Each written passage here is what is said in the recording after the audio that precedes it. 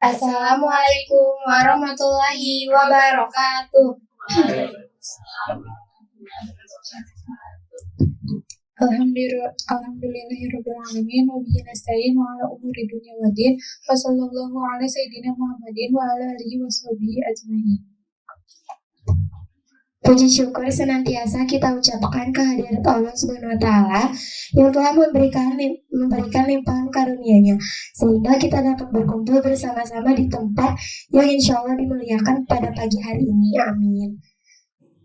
Salawat serta salam semoga tetap tercurah kepada baginda Nabi Muhammad Sallallahu Alaihi Wasallam beserta kepada keluarganya, sahabatnya, serta kita selaku umatnya sehingga akhir zaman. Amin. Pertama-tama yang kami hormati ayah bunda dari saya serta kolaborasi kami yang kami hormati, yang tidak bisa saya sebutkan satu persatu dan itu tidak mengurangi rasa hormat kami dan teman-teman yang saya cintai serta Bapak maupun Ibu yang kami hormati. Terima kasih sudah hadir dalam kajian pagi hari ini dan semoga diberkahi oleh Allah Subhanahu wa taala. Semoga di sini akan meningkatkan perbuatan baik dan pengetahuan kita akan meningkat. Amin. Semuanya dirahmati oleh Allah. Perkenalkan, saya Sakila dan teman saya Salah akan membacakan susunan acara kajian pada pagi hari ini. Yang pertama ada pembukaan, yang kedua pembacaan ayat suci Al-Quran oleh Sylvia dan Airin, yang ketiga acara inti yaitu ceramah oleh Ustadz Haris, yang keempat sesi tanya jawab, dan yang kelima penutup dan doa. Itulah susunan acara kajian pagi hari ini. Semoga berkah dan berjalan dengan lancar. Yang pertama, jemaah yang dirahmati oleh Allah, untuk membuka kajian pagi hari ini, marilah kita bersama-sama memulai dengan bacaan Bismillahirrahmanirrahim. Semoga acara kajian pagi hari ini diberikan keberkahan oleh Allah Subhanahu wa taala. Selanjutnya memasuki pembacaan ayat suci Al-Quran yang akan dibacakan oleh Sylvia dan juga Airin. Kepada Airin dan Sylvia kami persilakan.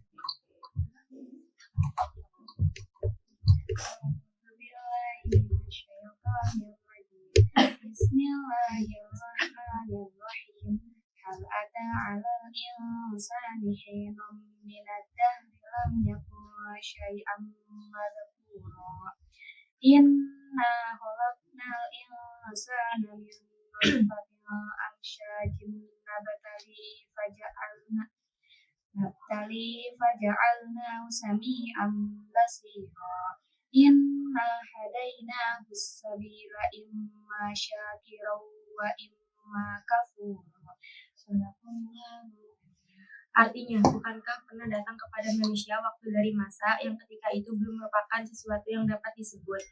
Sungguh kami telah menciptakan manusia dari setetes mani yang bercampur yang kami hendak mengujinya dengan perintah dan larangan. Karena itu kami jadikan dia mendengar dan melihat.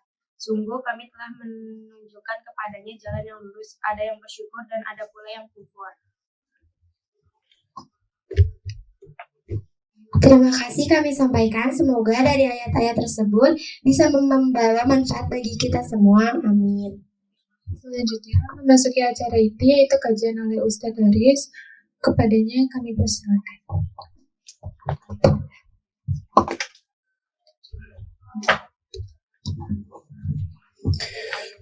Bismillahirrahmanirrahim. Assalamualaikum warahmatullahi wabarakatuh. Alhamdulillahirabbil alamin wassalatu wassalamu ala asrafil anbiya'i wal mursalin nabiyina Muhammadin wa ala alihi wa sahbihi wa man sara ala nahjihi wa sanna bi sunnatihi ila yaumiddin wa sallama tasliman katsira. Amma ba'd. Alhamdulillah, segala puji bagi Allah Subhanahu wa taala yang senantiasa melimpahkan nikmat dan karunia kepada kita semua sehingga kita bisa melakukan berbagai aktivitas, dan ini merupakan nikmat dari Allah Subhanahu wa taala yang patut kita syukuri. Karena nikmat yang Allah berikan itu semua kelak akan diminta pertanggungjawabannya oleh Allah Subhanahu wa taala.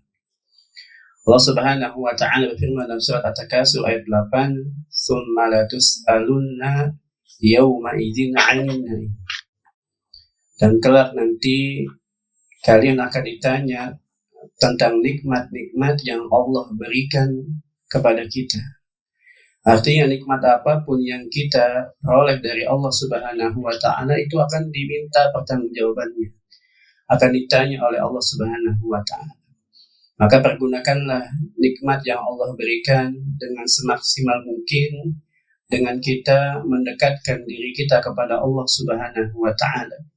Karena itu merupakan tanda bukti rasa syukur kita kepada Allah Subhanahu wa Ta'ala, yaitu dengan menggunakan nikmat yang Allah berikan sebagai penopang kita untuk mendekatkan diri kita kepada Allah. Karena tujuan kita berada di dunia ini adalah tidak lain dan tidak bukan merupakan untuk satu tujuan yang mulia, yaitu beribadah kepada Allah Subhanahu wa Ta'ala dan mencari keridhoannya. Allah Subhanahu wa Ta'ala berfirman di dalam surat Az-Zariyat ayat 56, "Wa ma khalaqtul jinna wal insa illa liya'budun." Dan tidaklah aku menciptakan jin dan manusia melainkan untuk beribadah kepadaku. Allah terang-terangan di dalam ayat ini menjelaskan tujuan Allah menciptakan semua makhluk itu untuk beribadah. Jadi jangan sampai adanya kita di dunia ini lupa dari tujuan awal kita diadakan di dunia ini, yaitu untuk beribadah. Jadi apapun aktivitas kita, apapun kegiatan kita, kita niatkan untuk ibadah. Supaya apa? Supaya selaras dengan apa yang diinginkan oleh Allah Subhanahu wa Ta'ala adanya kita di dunia ini. Bapak-bapak dan ibu-ibu guru SMK UMI yang semoga dirahmati Allah Subhanahu wa Ta'ala dan saya banggakan, dan juga ya siswi SMK UMI yang saya banggakan. Ya, insya Allah pada kesempatan siang hari ini kita akan membahas sebagaimana yang sudah saya sampaikan. Kita akan bahas 7 wasiat dari Rasulullah untuk umatnya. Sebelum kita mengetahui akan wasiat yang akan disampaikan oleh Rasulullah untuk umatnya, kita harus mengetahui dulu tujuan dari wasiat itu disampaikan tidak lain dan tidak bukan agar orang yang diberi wasiat mengamalkan. Agar orang yang diberi wasiat menjalankan. Ini tujuan dari apa? Tujuan dari wasiat disampaikan. Maka disebutkan di dalam hadis dari sahabat Abu Dzar Al-Ghifari radhiyallahu anhu, beliau berkata, "Ausani khalili bisab'in." Telah mewasiatkan kepadaku kekasihku. Ya. Sahabat Abu Dzar Al-Ghifari menyebut Rasulullah ada kekasihnya. Dan juga kita merasakan bahwasanya Rasulullah itu adalah kekasih kita, bahkan orang yang sangat kita dambakan untuk bertemu dengannya. Ya, kita semua mengaku cinta kepada Rasulullah, dan juga kita berharap bertemu dengan Rasulullah di depan telaganya, di haudnya. Maka dengarkanlah wasiat yang beliau sampaikan kepada sahabat Abu Dzar Al-Ghifari. Ya. Sekalipun wasiat ini beliau sampaikan secara khusus untuk sahabat Abu Dzar Al-Ghifari, ya, akan tetapi wasiat ini juga untuk kita semuanya, umat Nabi Muhammad SAW. Karena Nabi Muhammad tidaklah diutus hanya untuk satu orang atau hanya untuk satu kelompok, tapi beliau diutus untuk semua manusia. Maka disebutkan dalam firman Allah Subhanahu wa Ta'ala di surat Al-Anbiya ayat 107, "Wa ma arsalnaka illa rahmatan lil alamin." Dan tidaklah kami mengutus engkau wahai Muhammad melainkan untuk semua manusia. Jadi kita nggak boleh mengklaim kalau kita itu kita saja yang mengikuti Nabi Muhammad SAW. Padahal Rasulullah diutus untuk semua manusia. Ausani khalili bisab'in. Kekasihku telah mewasiatkan kepadaku 7 perkara. Yang pertama, bihubbil masakin wa an ad'uwa minhum. Agar aku mencintai orang miskin dan dekat dengan mereka. wa an anzura ila man huwa asfala minni wa la anzura ila man huwa fawqi. Dan agar aku melihat orang yang berada di bawahku, status levelnya dalam kehidupan dunia, wala anzura ila man huwa fawqi. Dan agar aku tidak melihat orang yang berada di atasku. Ya. Wa an asila rahimi wa in jafani. Dan agar aku menyambung silaturahim sekalipun mereka berbuat tidak baik.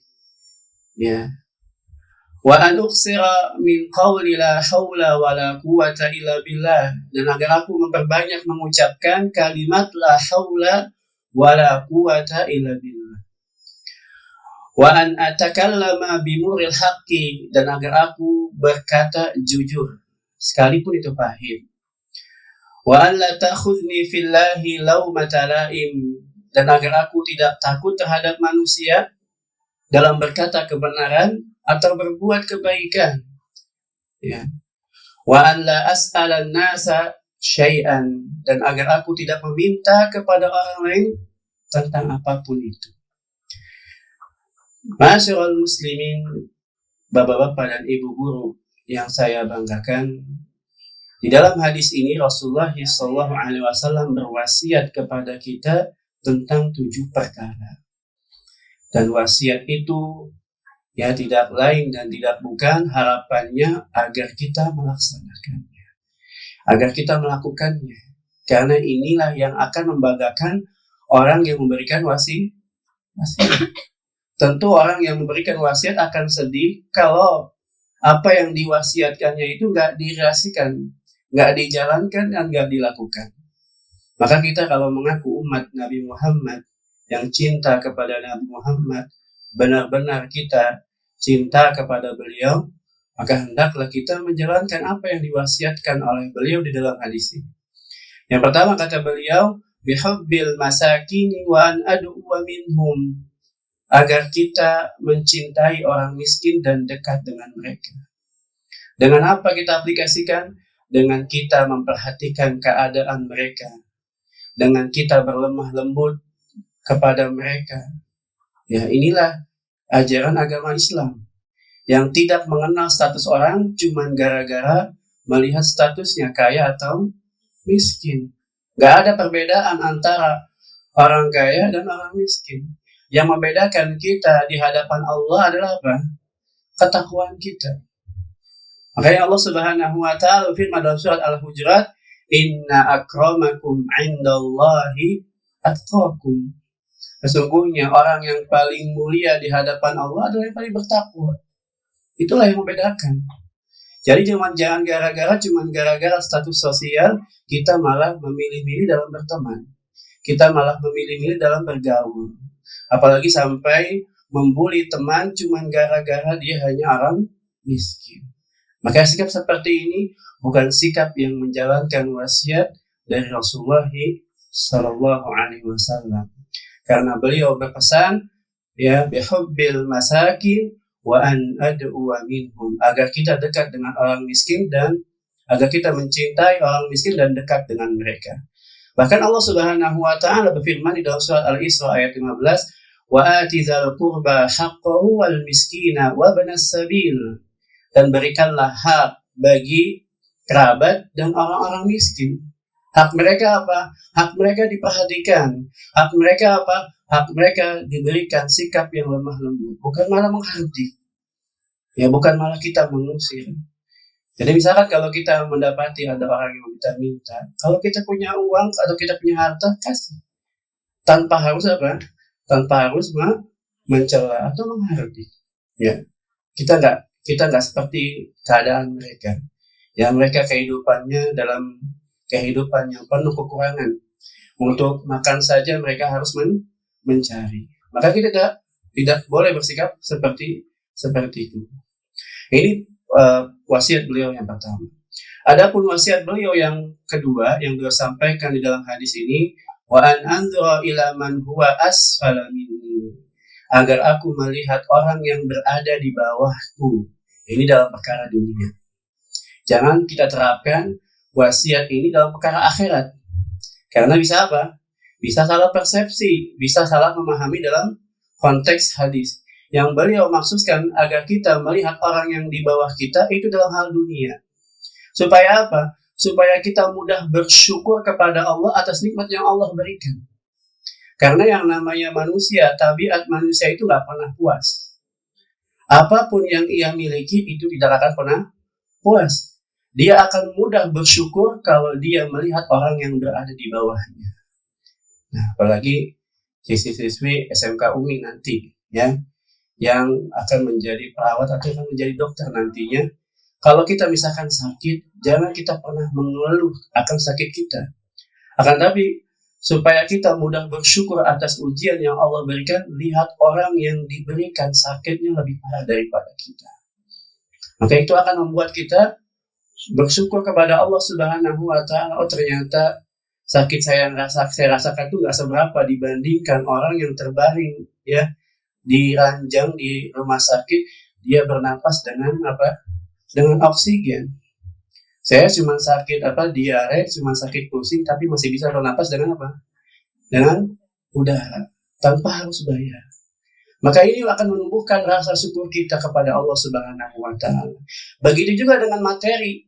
Kalau kita hanya memiliki materi pada hari ini yang Allah berikan itu segitu, kita syukuri tanpa harus mendumel atau tanpa harus kesal atas nikmat yang Allah berikan. Karena yang namanya manusia, rizkinya udah Allah atur. Bahkan sejak dia berada di rahim ibunya, udah Allah tentukan rizkinya, ajalnya, keadaan hidupnya. Dia bahagia atau sengsara. Artinya apa? Semua manusia rizkinya sudah Allah atur. Bahkan seorang manusia tidak akan diwafatkan oleh Allah Subhanahu wa Ta'ala sampai rizkinya dia telah terima semuanya. Jadi pesan beliau yang kedua, agar kita melihat orang yang berada di bawah kita dan jangan melihat orang yang berada di atas kita dalam hal dunia. Ya. Adapun dalam hal akhirat, maka kita harus melihat orang yang berada di atas kita, ya, semangatnya, ya, apalagi rajinnya. Kita lihat kalau dalam masalah akhirat, supaya apa? Supaya memotivasi kita. Makanya dalam hal ibadah Allah selalu memotivasi, wasari'u, bersegeralah, wasabiku, berlomba-lombalah. Jadi kita melihat orang yang berada di atas kita. Tapi pada pun wasiat beliau yang ketiga yang beliau sampaikan di dalam hadis ini, yaitu wa an asila rahimi wa in jafani, agar aku menyambung silaturahim sekalipun mereka berbuat kasar, sekalipun mereka berbuat tidak baik terhadap kita. Siapa itu orang yang wajib kita sambung silaturahim?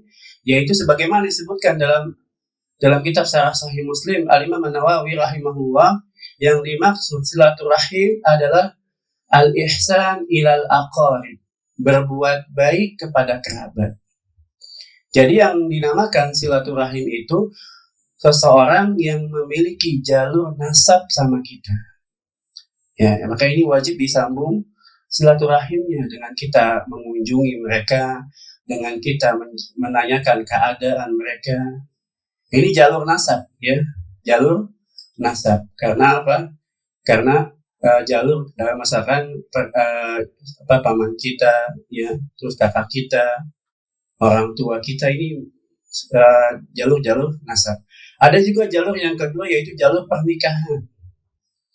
Maka ini ya, yang wajib kita sambung silaturahim, misalkan kepada adik ipar, kakak ipar, mertua. Maka ini juga yang dimaksud dengan kerabat. Maka ini wajib kita silaturahim. Bahkan Rasulullah SAW mengancam orang yang memutus silaturahim itu tidak akan masuk surga. Disebutkan di dalam hadis yang diriwayatkan oleh Imam Bukhari, la yadkhulul jannata qati'ur rahim, tidak akan masuk surga orang yang memutus silaturahim. Dan orang yang paling berhak kita sambung silaturahim kepadanya adalah yang pertama orang tua kita. Ya, orang tua kita yang paling pertama dan paling utama kita sambung silaturahim. Ya, dengan apa? dengan kita mengunjunginya, dengan kita menanyakan keadaannya, dengan kita memberikan hadiah kepadanya, ya, dengan kita membantu tatkala ia kesulitan. Maka ini bentuk-bentuk apa? Bentuk-bentuk menyambung silaturahim. Mudah insya Allah, apalagi zaman sekarang, zaman teknologi. Dan kita menelpon bisa menanyakan keadaannya. Gitu. Dan orang yang menyambung silaturahim akan diberikan keutamaan oleh Allah Subhanahu wa Ta'ala, yaitu rizkinya Allah luaskan, umurnya Allah panjangkan. Disebutkan di dalam hadis Rasulullah SAW bersabda, "Man ahabba an yubsata fi rizqihi wa yunsa'u fi asarihi falyasil rahimah." Barang siapa yang ingin dipanjangkan rizkinya, diluaskan rizkinya, dipanjangkan umurnya, maka hendaklah ia menyambung silaturahim. Ya. Jadi kalau kita mau diluaskan rezeki kita, sambung silaturahim. Sekalipun tatkala kita silaturahim mengeluarkan duit, tapi bakal Allah ganti. Karena yang berbicara ini bukan saya. Yang menjamin bagi siapa saja yang menyambung silaturahim Allah luaskan rezekinya, siapa yang ngomong? Rasulullah. Dan kalau Rasulullah sudah berbicara, sudah pasti benar, gak mungkin Ustaz. Sekalipun secara hitungan matematika kita, kalau kita pulang kampung atau kalau kita mengunjungi orang tua, bakal ngeluarin duit, pasti Allah ganti rezeki kita, baik dalam hal materi atau keberkahan hidup kita. Karena yang namanya rezeki itu bukan hanya diukur dengan materi aja. Dengan kita diberikan nikmat sehat itu merupakan rezeki yang luar biasa. Berapa banyak orang yang ingin mendapatkan kesehatan, dia rela ngeluarin berjuta-juta rupiah. Betul apa enggak, Bu? Betul apa tidak, Pak? Berapa banyak orang yang rela ngeluarin duit puluhan juta, bahkan ratusan juta, cuma ingin mendapatkan kesehatan. Jadi yang namanya rizki itu bukan hanya diukur oleh materi. Makanya definisi rizki itu kata para ulama, kullu ma yahtaju ilaihin nas. Setiap apa-apa yang dibutuhkan manusia itu adalah rizki. Jadi jangan kita mempersempit arti dari rizki tersebut hanya karena kita mengukur rizki dari materi saja. Tapi yang keempat, wasiat yang beliau sampaikan di dalam hadis ini yaitu wa an uksira min qawli la haula wa la quwata illa billah. Agar kita memperbanyak mengucapkan kalimat la haula wa la quwata illa billah. Kalimat ini Masya Allah maknanya sangat dahsyat.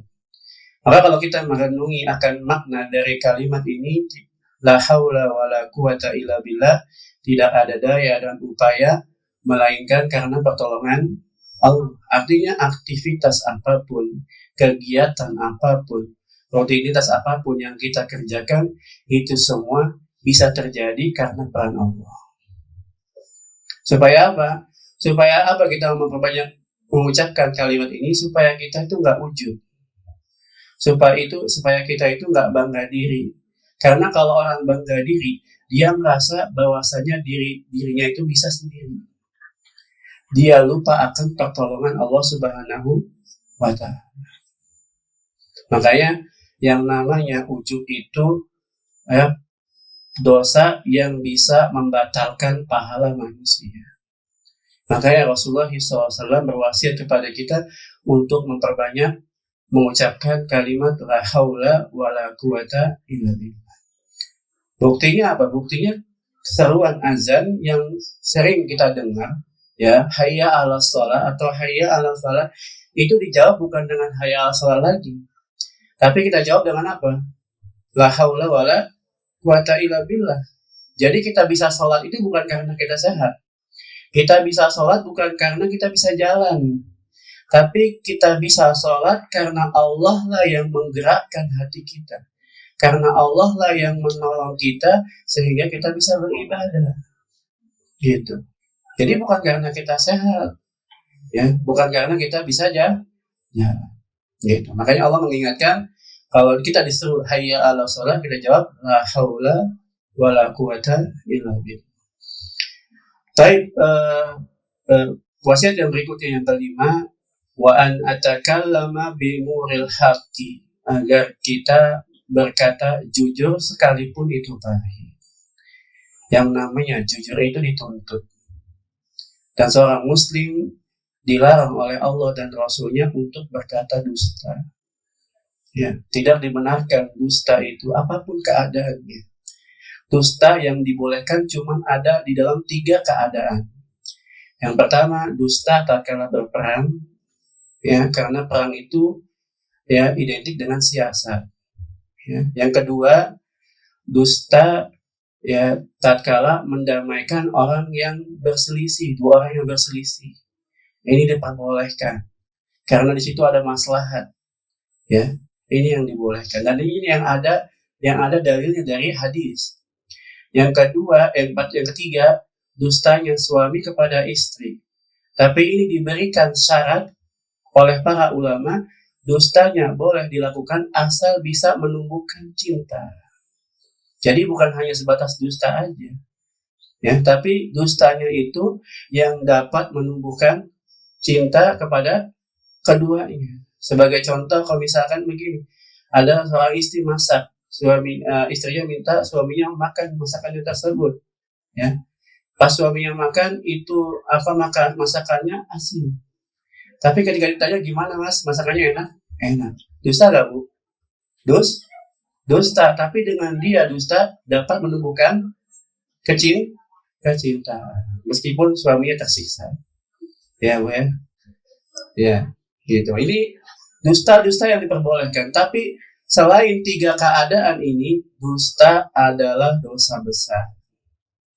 Ya, selain 3 keadaan ini, dusta adalah dosa besar. Makanya Rasulullah SAW berwasiat, wa an atakallama bimuril haqqi, agar aku berkata jujur sekalipun itu pahit. Sampaikanlah kebenaran sekalipun itu pahit. Sampaikanlah kebenaran sekalipun orang nggak mau mendengarkan. Gitu. Tapi yang berikutnya yang ke-6, ya, wa la ta'khudni fillahi laumata laim, agar aku tidak takut ya kepada manusia dalam menyampaikan kebenaran atau dalam berbuat kebenaran. Artinya selama apa yang kita katakan itu benar, selama apa yang kita perbuat itu benar, jalani. Jangan sampai karena komentar manusia kita nggak jadi menyampaikan kebaikan. Cuma gara-gara kritikan manusia, kita nggak jadi menyampaikan kebaikan. Misalkan begini, kita terbiasa menge-share status kebaikan di WhatsApp kita atau di Facebook kita. Cuman gara-gara ada orang yang nyindir begini, Masya Allah ya, saya udah jadi ustazah gitu, share status nasihat gitu. Jadi jangan sampai komentar seperti ini menghalangi kita untuk terbiasa mengirim status kebaikan. Makanya Rasulullah berpesan, wa alla ta'khudni fillahi laumata laim. Jangan pernah takut terhadap manusia tatkala kita menyampaikan kebenaran dan tatkala kita melakukan kebenaran. Taib yang terakhir, yang ke-7, ya, wasiat yang beliau sampaikan di dalam hadis ini, wa an la as'alan nasa syai'an, agar kita tidak berharap, agar kita tidak meminta kepada manusia apapun itu. Akan tapi kalau kita ingin meminta hajat kita, meminta kebutuhan kita, mintanya kepada siapa? Mintanya kepada Allah Subhanahu wa Ta'ala. Karena Allah lah yang mampu, ya, Allah lah yang mampu merealisasikan, mewujudkan apa yang kita harapkan, apa yang kita butuhkan. Adapun manusia cuma perantara, ya. Kebaikan yang manusia berikan itu perantara. Hakikatnya memberikan siapa? Allah. Allah Subhanahu wa Ta'ala berfirman dalam surat An-Nahl ayat 53, wa ma bikum min ni'matin faminallah. Nikmat apapun yang kalian dapati itu dari Allah Subhanahu wa Ta'ala. Adapun manusia cuma perantara. Maka kalau kita minta hajat atau butuh sesuatu, minta kepada Allah. Inilah yang Rasulullah SAW ajarkan kepada kita. Maka disebutkan di dalam hadis, wa idza sa'alta fas'alillah wa idza sta'anta fasta'in billah. Kalau engkau mau mintalah kepada Allah. Tapi kalau engkau mau minta pertolongan, mintalah pertolongan kepada Allah. Karena Allah yang mampu merealisasikan, mewujudkan apa yang kita harapkan. Jangan sekali-kali kita berharap kepada manusia. Karena kalau kita berharap kepada manusia, maka kita harus siap kecewa. Tapi kalau kita berharap kepada Allah, pasti kita akan merasa bahagia karena Allah akan merasakan. Allah Subhanahu wa taala berfirman dalam surat At-Talaq ayat 5, "Wa may yatawakkal 'alallahi fahuwa hasbuh."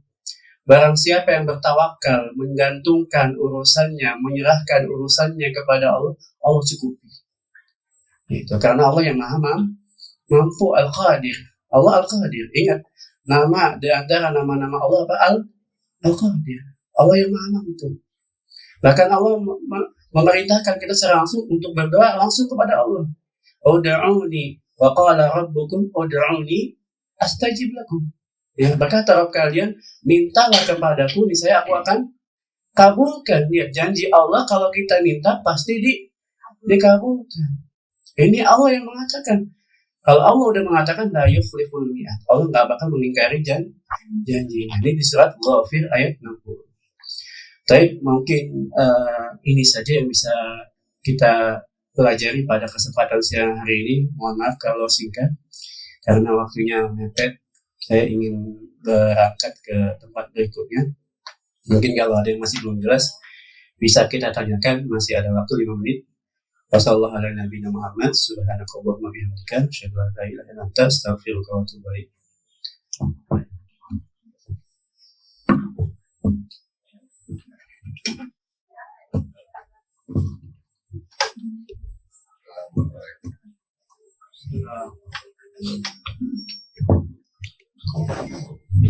Alhamdulillah telah sampailah kita di penghujung acara.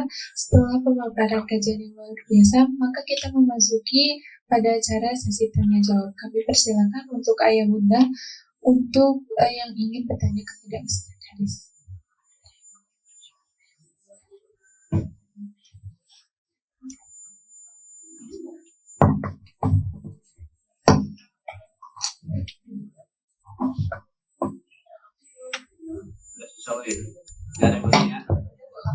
Jelas insyaallah. Baik, kita cukupkan. Subhanakallahumma bihamdika, asyhadu an la ilaha illa anta, astaghfiruka wa atubu ilaik. Wassalamualaikum warahmatullahi wabarakatuh.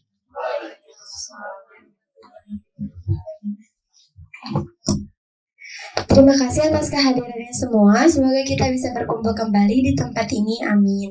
Kami selaku pembawa acara meminta maaf jika ada kata yang salah yang kurang menyenangkan di hati hadirin semua. Terima kasih. Wabillahi taufiq wal hidayah. Wassalamualaikum warahmatullahi wabarakatuh.